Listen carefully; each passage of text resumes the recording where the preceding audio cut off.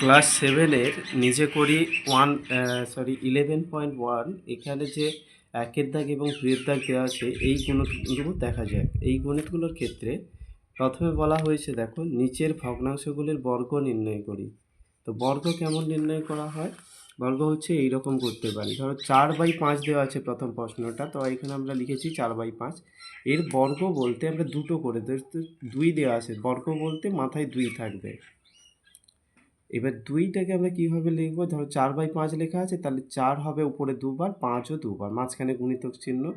তাহলে 4 4 কত হলো 16, 5 5 25। এইভাবে তাহলে এর উত্তর কিন্তু এইখান পর্যন্ত এতটাই থাকবে, 16/25। তাহলে 4/5 এর বর্গ কত? উত্তর হচ্ছে 4 4 16, 5 5 25। এটাই হচ্ছে এর উত্তর। এই নিচেরটা হচ্ছে বর্গমূল নির্ণয়, অর্থাৎ এটা তোমাদের লাগবে না। তো এখানে হচ্ছে 16/25 পর্যন্ত হচ্ছে উত্তর। নেক্সট দেখো 6/7 দেওয়া আছে বইতে। 6/7 তাহলে কত হবে?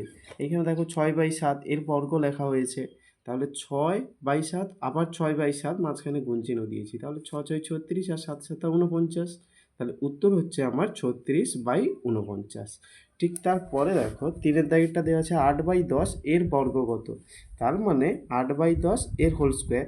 তাহলে 8/10 ইন্টু 8/10 অর্থাৎ 8 8টা 64 আর 10 10 100। ঠিক তারপরে রয়েছে দেখো চারেরটা যদি দেখা যায়, এখানে দেখো 11/12 এর বর্গ কত? তাহলে 11/12 এর হোল স্কোয়ার। একে যদি করা যায় 11/12 ইন্টু 11/1 সমান কত? 121। 11 11 গুণ করে দেখবে তোমরা সাইডে, 121 হবে, আর 12 12 144 হয়ে গেল। এবার বলছে বর্গমূল নির্ণয় করে, অর্থাৎ এই 2-এর দাগের গণিতগুলো দেখো 16/25 দেওয়া আছে। আমরা যখন এই 4/5 করছিলাম তখন এর উত্তরটা বেরিয়েছিল 16/25। তো এখানে দেখো সেটাই করা হয়েছে, এই যে 16/25 এর বর্গমূল কত? তো বর্গমূল এইটাই হচ্ছে বর্গমূল, অর্থাৎ রুট ওভার দিতে হবে, এই চিহ্নটা দিতে হবে। তো 16/25, 16টাকে যদি আমরা ভাঙি এইরকম পাবো, 2 8 16, 2 4 8, আবার 2 2 4। আর 25টাকে যদি ভাগে, নিচে 25 পেয়েছি, তাহলে 25টাকে ভাঙলে তাহলে আমরা 5 5 25 এইরকমই পাবো।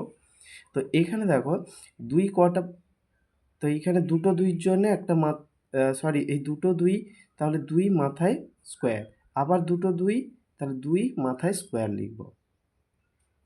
এখানে 5 দেখো দুটো রয়েছে, তার মানে 5 মাথায় স্কোয়ার।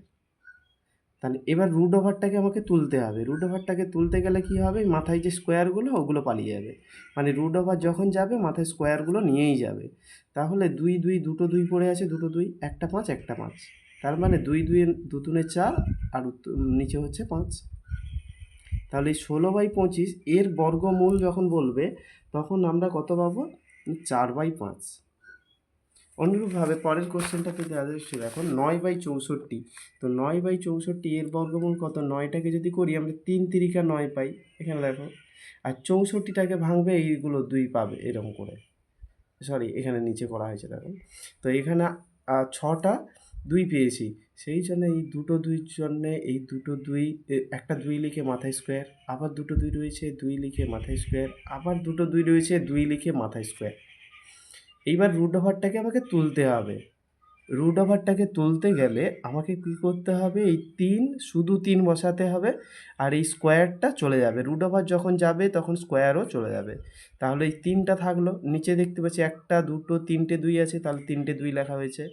উপরে দেখতে পাচ্ছি শুধু 3, তাহলে শুধু 3, আর 2 2 4, 4 2 8। তাহলে উত্তর হচ্ছে আমার কত? 3/8। তাহলে 9/64 এর বর্গমূল কত? না 3/8।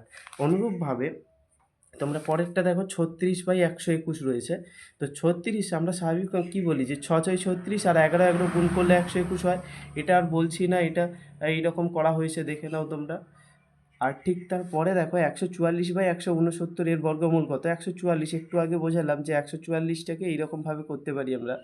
সুতরাং এর উত্তর পাবো 12 12 গুণ করলে পাবো 144, আর 13 13 গুণ করলে পাবো 169। তো এটা করা হয়েছে এইরকম।